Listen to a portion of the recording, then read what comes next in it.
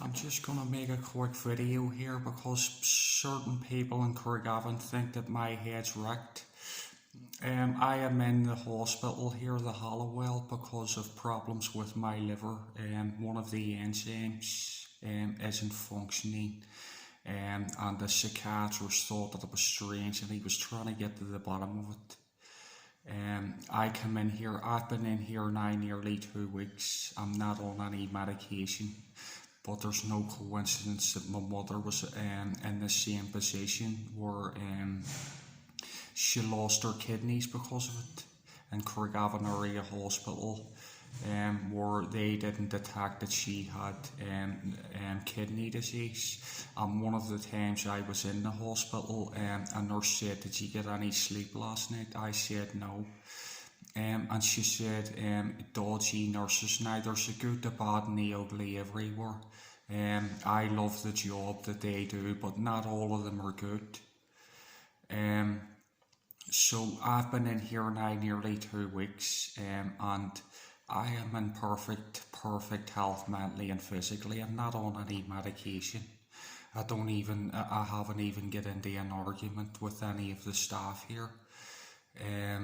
And I've been going out every day. I've went to Belfast yesterday. I went down to Belfast to get my lemons in St George's Market. I had my food.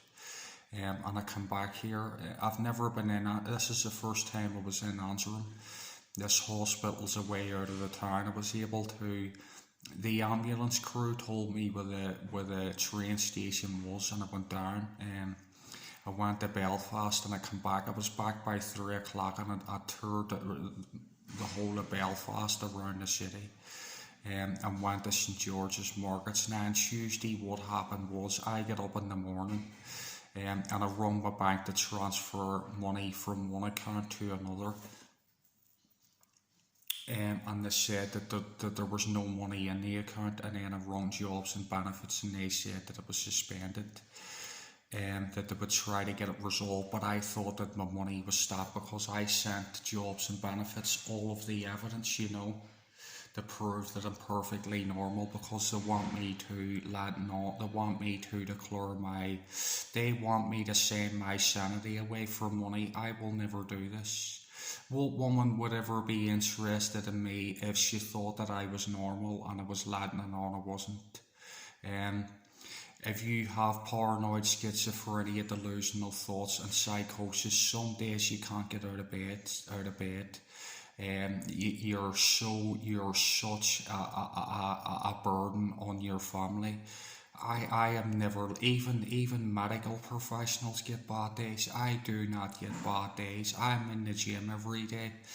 The bad day that I get, I don't take medication or painkillers. The bad day that I get, I drink. And I drink, and then I deactivate the nerves, and I drink and I go to bed and I sleep that night, and then I'm back at the gym the next day. So on Tuesday, I get up. First of all, my benefits were stopped. I thought they were stopped. Then I was told by my sister that she wasn't coming up. So I knew that I couldn't get out to get my food or my supplies that I go to get myself. I couldn't get out of here. I didn't try to run away. I had to wait till the next day. Then I went into the kitchen to eat my food, and there was a woman saying, "He's stinking," because I was eating onions. It was onions.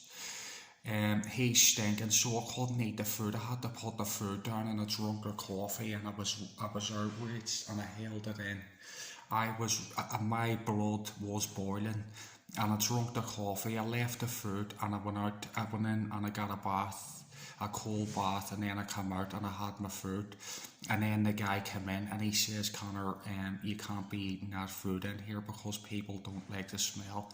It's a powerful smell. It's an Asian smell. It's herbs and spices." But as none of you's worked in Chinese's, do you go to the Chinese? Do you get a Chinese?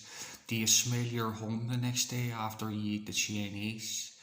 And then he asked me about medication, and I didn't want to take medication.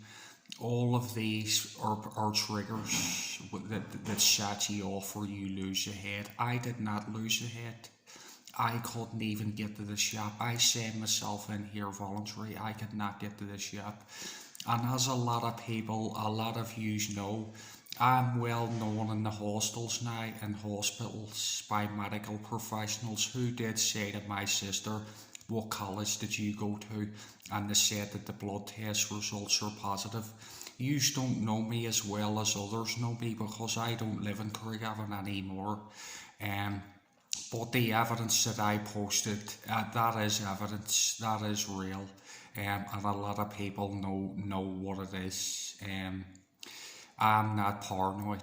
Um, you know that I was very nervous years ago, and this stopped me from socialising. It stopped me from having a conversation. It stopped me from having a girlfriend. I was isolated. I didn't relapse. As you know, you always said that I was alright when I was sober. I was using the drink at the beginning to block the nerves, and then I started blacking out. And when I blacked out, I didn't know what I was doing, but I really wanted to socialise. And now I am the complete opposite because I've got rid of the nerves. This is some achievement. This is a miracle. Considering that hay fever, conjunctivitis, asthma, and sleep deprivation, and they were all triggering each other. I was gambling, I was drinking, and I was taking drugs. And I done community service in the south of Ireland the first time, and I done it when I wasn't well, and I wasn't sleeping, I was sick. And I still done it. And then the next time that I went, I got community service was 2014, and the judge says, Conor, there's no doubt you're going to finish this community service now.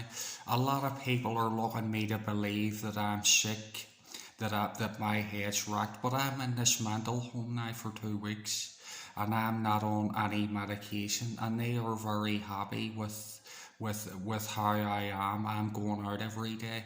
I'm making videos. I'm playing pool. I'm interacting. I'm doing everything that a normal person does.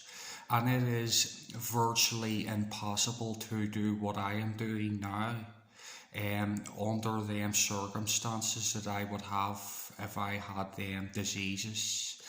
I stopped gambling. I don't even gamble no more. I don't take drugs. I drink whiskey. It's the best thing to drink. And then the next day I stop. I go to the gym. I don't relapse. I'm extremely motivated. I go to bed at night and I can't wait to the next morning to get out. I'm so happy. I've no depression. I've never been diagnosed with depression.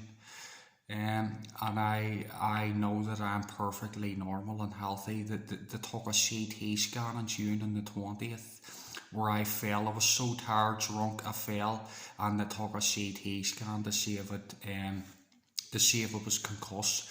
The nurse, the doctor, examined me. She said, you can leave if you like. I left, I got drunk. And then the next day I went to the court, and the judge was absolutely disgusted that it was whenever I told her what had happened, I gave my barrister instructions. I was remanded for 5 weeks. I never took any medication in jail. I never relapsed. The jail that I was in, the lagging was condemned. It was disgusting. The sink was full of tea bags and milk for 4 days, a bacterial soup. And it was me who complained about it, and it was sorted out. They called me Pringles.